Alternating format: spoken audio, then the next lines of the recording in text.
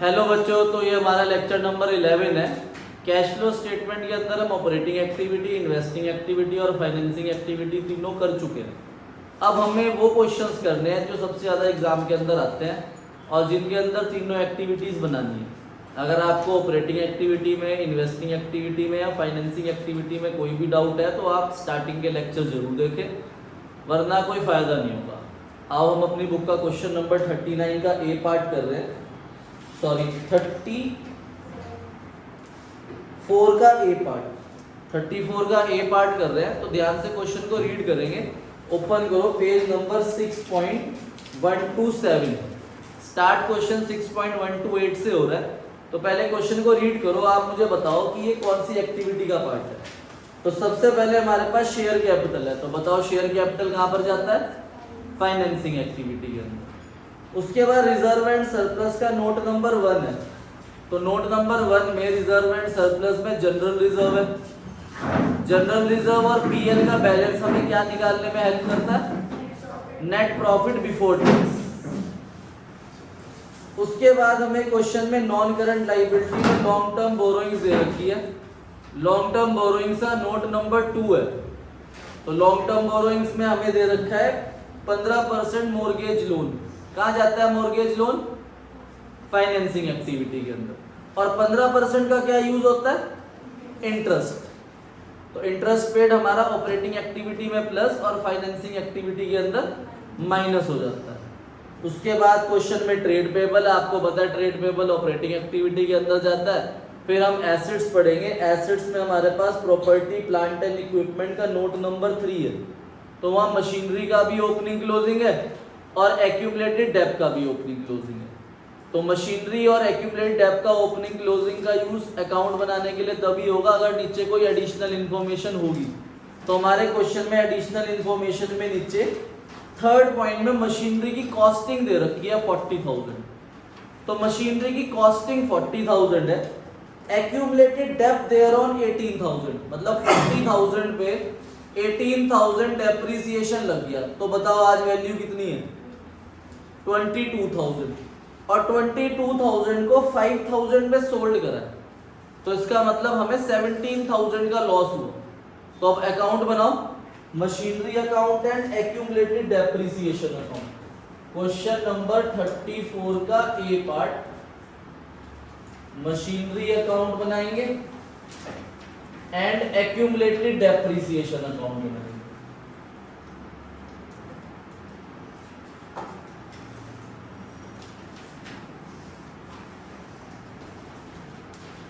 Machinery account का opening इधर आ जाएगा, to balance brought down, and closing इधर आ जाएगा, by balance carried down.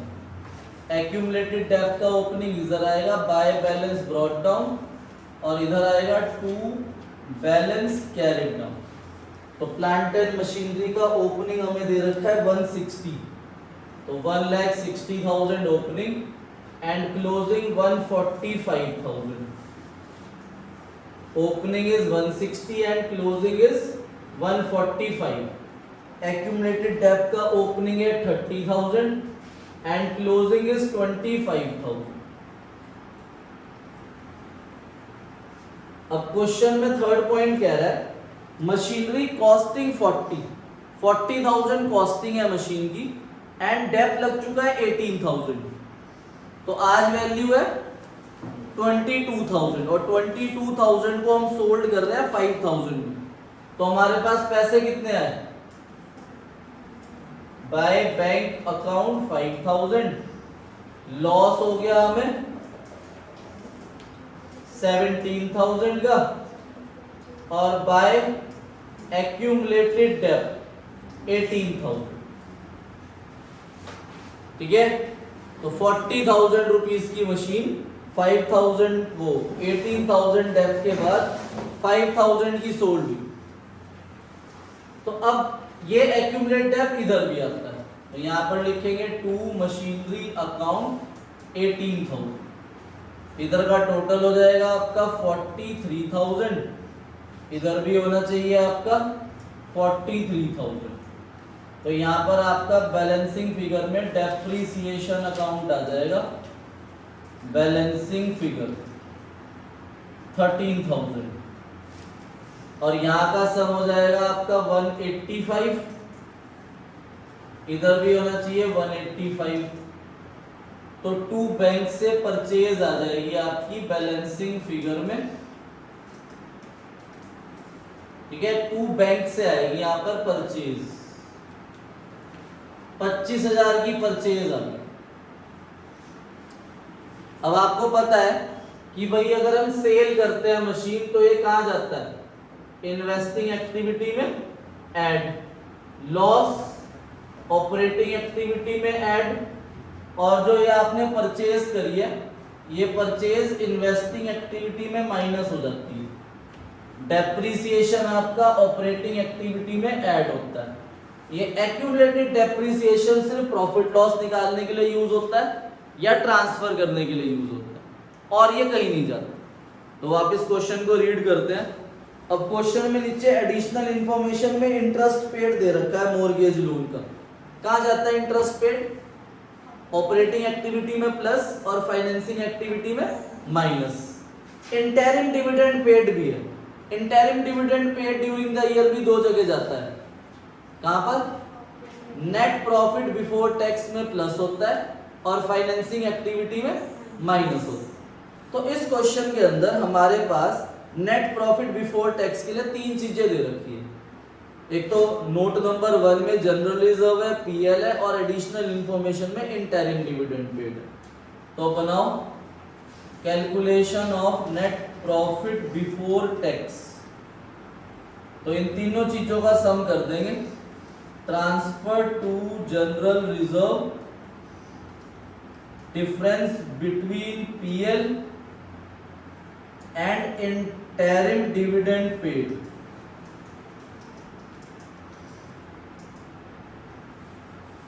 Transfer to general reserve आपके पास है 24,000। अच्छा, डिफरेंस बिटवीन पीएल देखो जरा, पिछले साल की फिगर -8,000 है और करंट ईयर की फिगर 60,000 हो गई।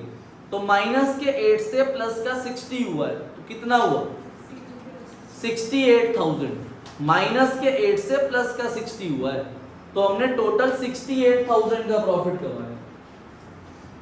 ठीक है भाई, माइनस वाली चीज प्लस हो जाती है। और इंटरिम डिविडेंड पेड इज 20,000, तो 1,12,000 आपके पास नेट प्रॉफिट बिफोर टैक्स आ गया।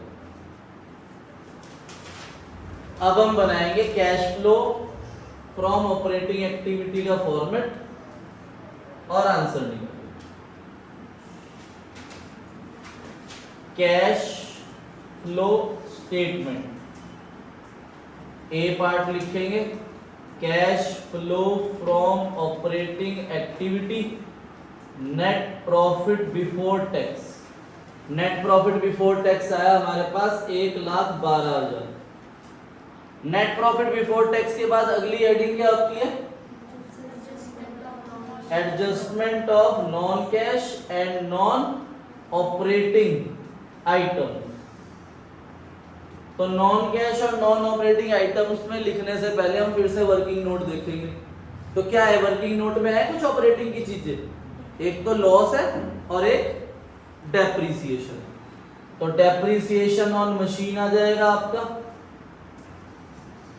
13,000 and loss on sale of machine आ जाएगा आपका 17,000। तो loss on sale of machine आ गया। इसके अलावा हमारे पास एक चीज और है और वो है interest paid on mortgage loan. Interest paid on mortgage loan आ जाएगा आपका 14,100। तो 14,100 आया। अब इन तीनों को हम ऐड करेंगे तो आएगा हमारा operating profit before working capital changes. फिर हम ऐड करेंगे decrease current asset and increase current liability और लेस कर देंगे increase current asset and decrease current liability. तो करंट एसेट्स करंट लाइबिलिटी हमारे पास ट्रेड पेबल जो इंक्रीज हो रहा है, करंट लाइबिलिटी इंक्रीज होती है तो ऐड हो जाता है, तो ट्रेड पेबल ऐड में आ जाएगा आपका 6000, ठीक है, 62,000 से 68 हो गया। अब देखो करंट इन्वेस्टमेंट के करंट एसेट के अंदर ना सबसे पहली चीज करंट इन्वेस्टमेंट है। अगर आपको याद है तो जब मैंने स्टार्टिंग में कुछ करंट एसेट्स को इग्नोर करने के लिए बोला था तो मैंने उसमें करंट इन्वेस्टमेंट भी लिखवाई थी, क्योंकि करंट इन्वेस्टमेंट ही भी आपका आंसर होता है, कैश एंड कैश इक्विवेलेंट ही होता है आपका करंट इन्वेस्टमेंट। तो इस क्वेश्चन के अंदर हमारा जो आंसर लास्ट में मैंने कल आपको सिखाया था ना मैच करना, वो current investment and cash and bank balance दोनों के सम का डिफरेंस लेना है, दिखाऊंगा मैं अभी आज आपको, ठीक है। तो आप इन्वेंट्री लोगे, अब 80 से 61 हो गई तो इन्वेंट्री भी ऐड हो जाएगी 19,000। उसके बाद ट्रेड रिसीवेबल आपके इंक्रीज हो रहे हैं तो ये माइनस हो जाएंगे 11,000। तो आपका यहां पर आंसर आ जाएगा cash flow from operating activity. इतना नोट करो और सम करके मुझे बताओ कि क्या आ रहा है आंसर। तो यहां तक का आंसर आया 156 100, ये प्लस माइनस करेंगे तो 170 100 आपका प्लस का आ गया cash flow from operating activity. अब बी लिखेंगे cash flow from investing activity. अब इन्वेस्टिंग एक्टिविटी देखो बोर्ड पे है सारी। इन्वेस्टिंग एक्टिविटी देखो, कोई भी एक्टिविटी शुरू करेंगे सबसे पहले वर्किंग नोट देखेंगे। तो इन्वेस्टिंग एक्टिविटी देखो, ये रही सेल और ये रही परचेज, तो ये दो चीजें ही हैं बस। सेल ऑफ मशीन तो 5,000 की सेल करी और परचेज ऑफ मशीन 25,000 की परचेज करी, तो 20,000 रुपीज माइनस का आंसर आ गया cash used in investing activity. यहां लिखेंगे हम cash used in investing activity. अब इन्वेस्टिंग एक्टिविटी के बाद हम बनाएंगे last C cash flow from financing activity. अब फाइनेंसिंग एक्टिविटी सबसे पहले हम इन्हें फाइनेंसिंग एक्टिविटी में हम सिर्फ दो चीजों पे नजर मारते हैं, शेयर होल्डर फंड और नॉन करंट लायबिलिटी। तो हमारे पास शेयर होल्डर फंड में शेयर कैपिटल है जो कि सेम है, ना इंक्रीज हो रहा है ना डिक्रीज हो रहा है, वो आएगा नहीं। उसके बाद लॉन्ग टर्म बोरोइंग्स में 15% मॉर्गेज लोन है, ये इंक्रीज हो रहा है मॉर्गेज लोन, तो 35,000 रुपीज 15% मॉर्गेज लोन आपका ऐड हो जाएगा। और मॉर्गेज लोन पे आपने इंटरेस्ट पेड करा है जो आपने ऑपरेटिंग में ऐड कर रखा है और फाइनेंसिंग में माइनस हो जाएगा। Interest paid on mortgage loan 14,100 minus, और एक ये interim dividend paid, interim dividend paid आ जाएगा आपका 20,000 पे, ये माइनस हो जाएगा। तो 900 रुपीज आपका फाइनेंसिंग एक्टिविटी का आंसर आएगा प्लस में, ठीक है भाई। तो देखो भाई 170 100 प्लस का है और 900 प्लस का है, तो इनका सम करा तो 171,000 हो गया, और 20,000 माइनस करूंगा तो 1,51,000 रुपीज मेरा net increase in cash and cash equivalent आ जाएगा, ठीक है भाई। Net increase in cash and cash equivalent. अब देखो इस क्वेश्चन के अंदर हमारे पास जो opening cash and cash equivalent है ना, opening cash and cash equivalent, वो दो चीजें हैं, एक है करंट इन्वेस्टमेंट और एक है कैश एंड बैंक। तो करंट इन्वेस्टमेंट का देखो ओपनिंग कितना है 15,000 और कैश एंड कैश इक्विवेलेंट का ओपनिंग कितना है 1 लाख, तो 1,15,000। अब 1,15,000 में अगर आप 151,000 रुपीज ऐड करते हो, ठीक है, तो जो आपका आंसर आएगा वो closing cash and cash equivalent से मैच हो रहा है। देखो क्लोजिंग करंट इन्वेस्टमेंट है 22,000 और क्लोजिंग कैश एंड बैंक है 2,44,000, ठीक है, तो इनका सम होता है 2,66,000। तो अगर आप 1,15,000 में 1,51,000 ऐड करोगे तो वो 2,66,000 ही है। तो अब आपको इसके नीचे लिखना है add opening cash and cash equivalent. उसमें ऐसे लिखोगे opening cash and cash equivalent में करंट इन्वेस्टमेंट लिख दोगे 15,000 और कैश और बैंक लिख दोगे 1,00,000। तो क्लोजिंग आपका 2,66,000 रुपीज आ जाएगा। तो 2,66,000 ही आपका closing cash and cash equivalent है। ठीक है भाई, ठीक है बच्चों, दोबारा समझ लो एक बार। इस क्वेश्चन के अंदर हमारे पास कैश एंड कैश इक्विवेलेंट, जो हमने कल क्वेश्चन करा था ना, उसमें कैश एंड कैश इक्विवेलेंट की एक ही फिगर थी।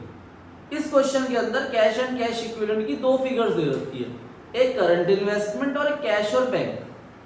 तो करंट इन्वेस्टमेंट ओपनिंग कितना है 15,000 और कैश और बैंक कितना है ओपनिंग 1,00,000। तो कितना हो गया 1,15,000। अब क्लोजिंग करंट इन्वेस्टमेंट कितनी है 22,000 और क्लोजिंग कैश और बैंक कितना है 244।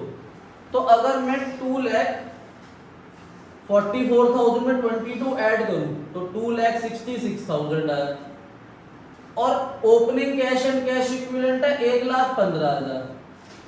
तो अगर आप इनका डिफरेंस देखोगे तो 1,51,000 आएगा और 1,51,000 ही हमारा आंसर।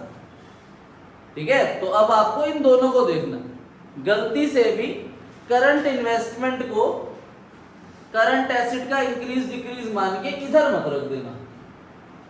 सर आंसर तब भी आ जाएगा, हम कैश और बैंक मैच कर लेंगे, पर मार्क्स कट जाएंगे एग्जाम में, क्योंकि करंट इन्वेस्टमेंट आपकी करंट एसेट है पर वो कैश एंड कैश इक्विवेलेंट है, इसलिए वो कैश एंड कैश इक्विवेलेंट की जगह पे जाता है, ना कि इन दोनों जगह पर। तो वो आपको ध्यान रखना है कि इस बार कैश एंड कैश इक्विवेलेंट दो चीजों का डिफरेंस। नहीं आया अगर क्लियरली समझ तो कोई नहीं, हम एक क्वेश्चन और करते हैं, उसमें और अच्छा क्लियर आ जाएगा। आओ अपनी बुक में क्वेश्चन नंबर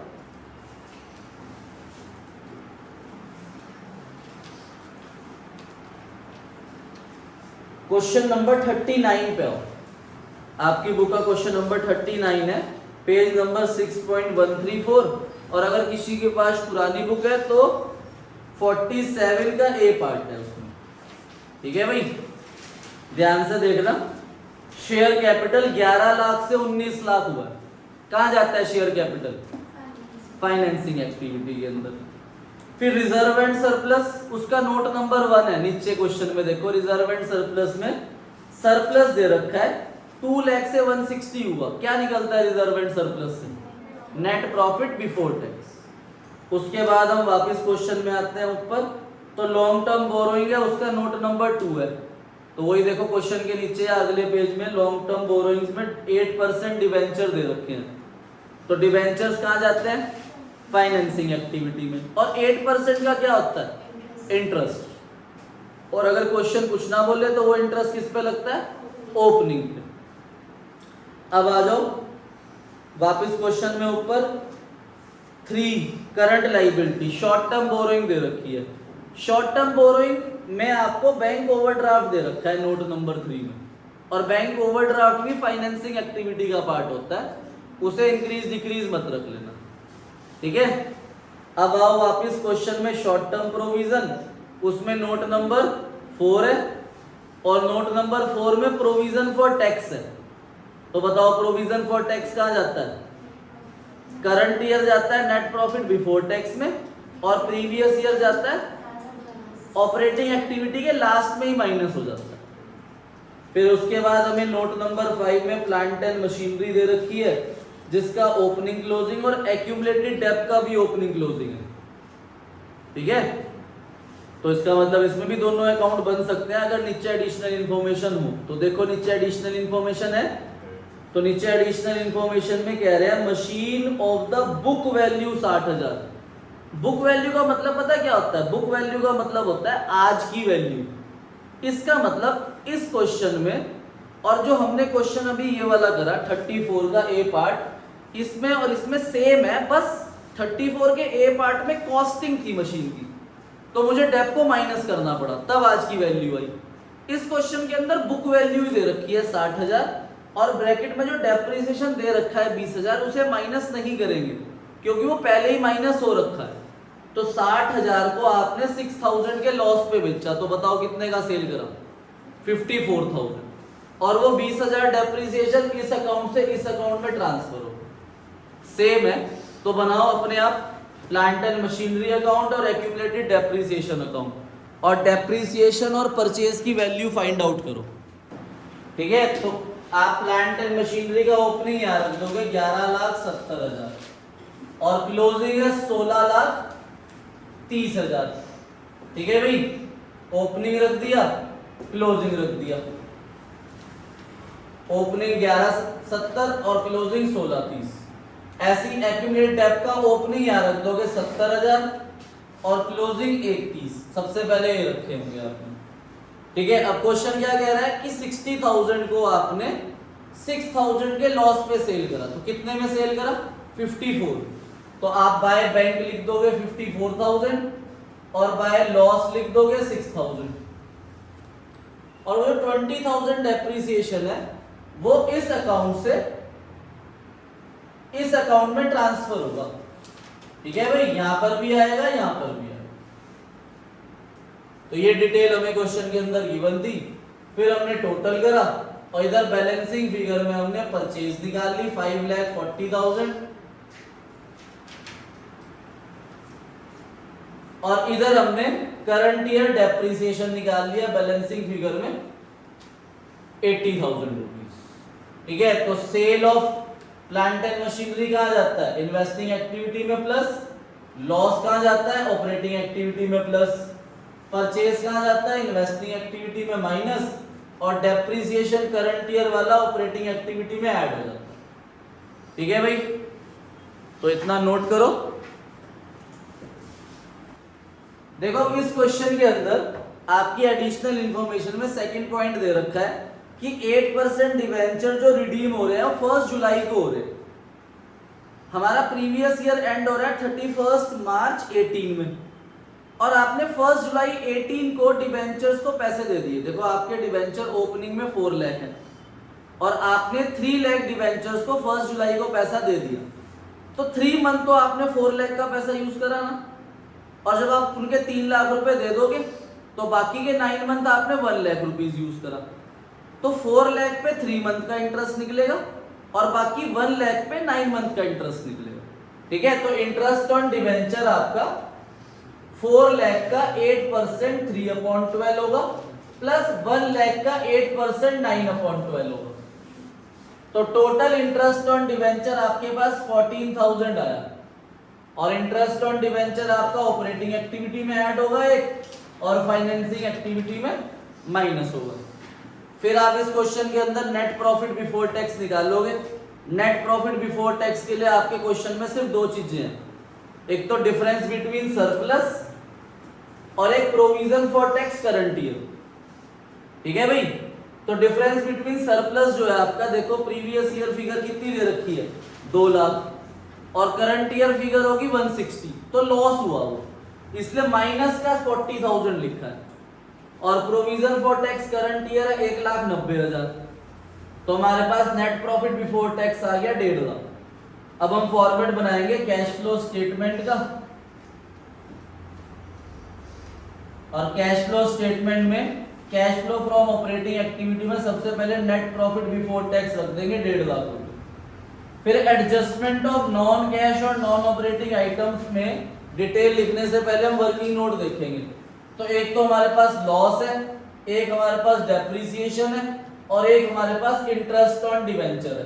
तो ये तीनों चीजें प्लस हो जाएंगी, depreciation on plant and machinery, loss on plant and machinery, interest on 8% debenture. इन तीनों का सम करेंगे तो हमारे पास operating profit before working capital changes आ जाएगा। Operating profit before working capital changes आया आपके पास 2.5 लाख रुपए, उसमें ऐड करेंगे decrease in current asset and increase in current liability, सिर्फ वही दे रखा है ट्रेड रिसीवेबल 20,000 रुपए, ठीक है। तो 20,000 रुपए ट्रेड रिसीवेबल ऐड हो जाएगा तो हमारे पास 2,70,000 आएगा। और 270 में provision for tax previous year minus कर देंगे 270, तो हमारी ऑपरेटिंग एक्टिविटी का आंसर नील आएगा। तो क्वेश्चन की पहली लाइन में लिखा हुआ भी है operating activity of the business is nil, पहली लाइन में लिखा है क्वेश्चन में ऊपर, इसीलिए नीचे ऑपरेटिंग एक्टिविटी का आंसर भी नहीं है, ठीक है, नील है आंसर। फिर हम बनाएंगे B part cash flow from investing activity. तो इन्वेस्टिंग एक्टिविटी शुरू करने से पहले फिर से हम वर्किंग नोट देखेंगे। एक तो ये सेल आ जाएगी, sale of plant and machinery and purchase of plant and machinery. तो सेल करी प्लांट एंड मशीनरी आपने 54,000 की, परचेज करी प्लांट एंड मशीनरी 5,40,000 की। अब इसके अंदर एक चीज और दे रखी है आपको क्वेश्चन में, इनटेंजिबल एसेट में गुडविल दे रखी है लास्ट नोट नंबर 6 में, और गुडविल अगर रिटर्न ऑफ हो रही होती है तो वो ऑपरेटिंग में जाती है, पर यहाँ गुडविल इंक्रीज हो रही है, तो गुडविल आपकी 170 से 280 हो गई, तो परचेज ऑफ गुडविल 1,10,000 रुपए माइनस होगा, तो हमारा आंसर आ जाएगा 5,96,000 माइनस का, और इसे हम लिखे cash used in investing activity. फिर हम फाइनेंसिंग एक्टिविटी बनाएंगे। फाइनेंसिंग एक्टिविटी के अंदर आपके पास हमें दो जगह जाना है, एक तो शेयर कैपिटल में और एक नॉन करंट लायबिलिटी में। तो शेयर कैपिटल आपका 11 लाख से 19 लाख हुआ है, तो शेयर कैपिटल आ जाएगा 8 लाख रुपीस प्लस, उसके बाद 8% डिवेंचर 3 लाख से कम हो गए वो माइनस, और ये इंटरेस्ट पेड जो ऑपरेटिंग में ऐड हुआ है ये फाइनेंसिंग में क्या होगा, माइनस होगा। इस क्वेश्चन के अंदर एक चीज और दे रखी है आपको, शॉर्ट टर्म बोरोइंग में बैंक ओवरड्राफ्ट। आपका बैंक ओवरड्राफ्ट 2,30,000 से 2,50,000 हो गया, तो ये आपने बैंक ओवरड्राफ्ट से पैसा लिया है, तो ये भी प्लस होगा आपका 20,000 रुपए, तब आपका आंसर आएगा cash flow from in financing activity 5,06,000 rupees. तो 5,06,000 रुपीज आ गया। अब आप इन दोनों को प्लस माइनस करो, क्योंकि ऑपरेटिंग तो है ही नहीं। माइनस का आया 596, इधर समझ लो पहले एक मिनट, 596 माइनस का और 5,06,000 प्लस का, तो नेगेटिव में आया कितना, 90,000, ऊपर लिख रहा हूं मैं, तो आपके पास नेगेटिव में 90,000 आ गया, 90,000 रुपीज नेगेटिव में आ गया आपका। तो इसे आप क्या लिखोगे, net decrease in cash and cash equivalent during the year. अब देखो कैश एंड कैश इक्विवेलेंट कितने दे रखे हैं, देखो इस क्वेश्चन में वही दो चीजें हैं, करंट इन्वेस्टमेंट और कैश और बैंक। तो करंट इन्वेस्टमेंट का ओपनिंग कितना है 290, और कैश और बैंक का ओपनिंग कितना है 230। तो 230 में 290 प्लस करा तो 520 आया, और क्लोजिंग में कैश एंड कैश इक्विवेलेंट है 130 और 3 लाख, तो 430। अगर मैं 520 में 430 माइनस करूं तो 90,000 ही डिफरेंस आ रहा है। तो अब आप इसमें ऐड करोगे opening cash and cash equivalent 5,20,000 rupees, और फिर उसे ऐड करने के बाद आपका आएगा 4,30,000 रुपीज, तो वो closing cash and cash equivalent आपका आंसर आ जाएगा। तो कैश एंड कैश इक्विवेलेंट अगर हमें एक दे रखा है तो उसी का डिफरेंस ले लेंगे, अगर दो दे रखे जैसे इस क्वेश्चन में करंट इन्वेस्टमेंट और कैश और बैंक, तो उन दोनों के सम का डिफरेंस लेना है। क्लियर है, ठीक है भाई। तो और क्वेश्चन की हम प्रैक्टिस करेंगे, फिलहाल आप होमवर्क लिखो अपना। क्वेश्चन नंबर करके आना है आपको घर से,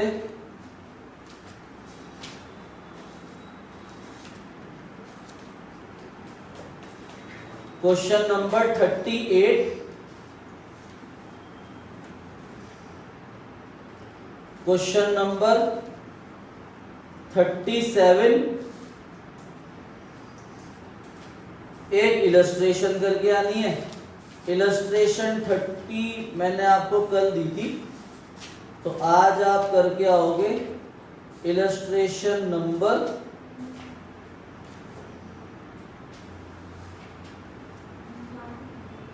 34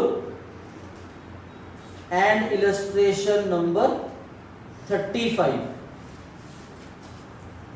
ठीक है, ये आपका होमवर्क है। कल मिलते हैं। ओके बच्चों, बाय बाय।